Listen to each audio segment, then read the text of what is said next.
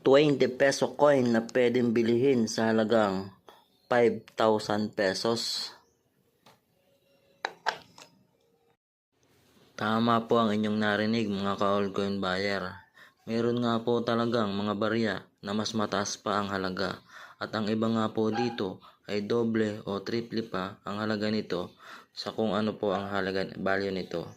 Kaya nga po pag-uusapan natin kung ano po ba talaga ang mga barya na aking hinahanap.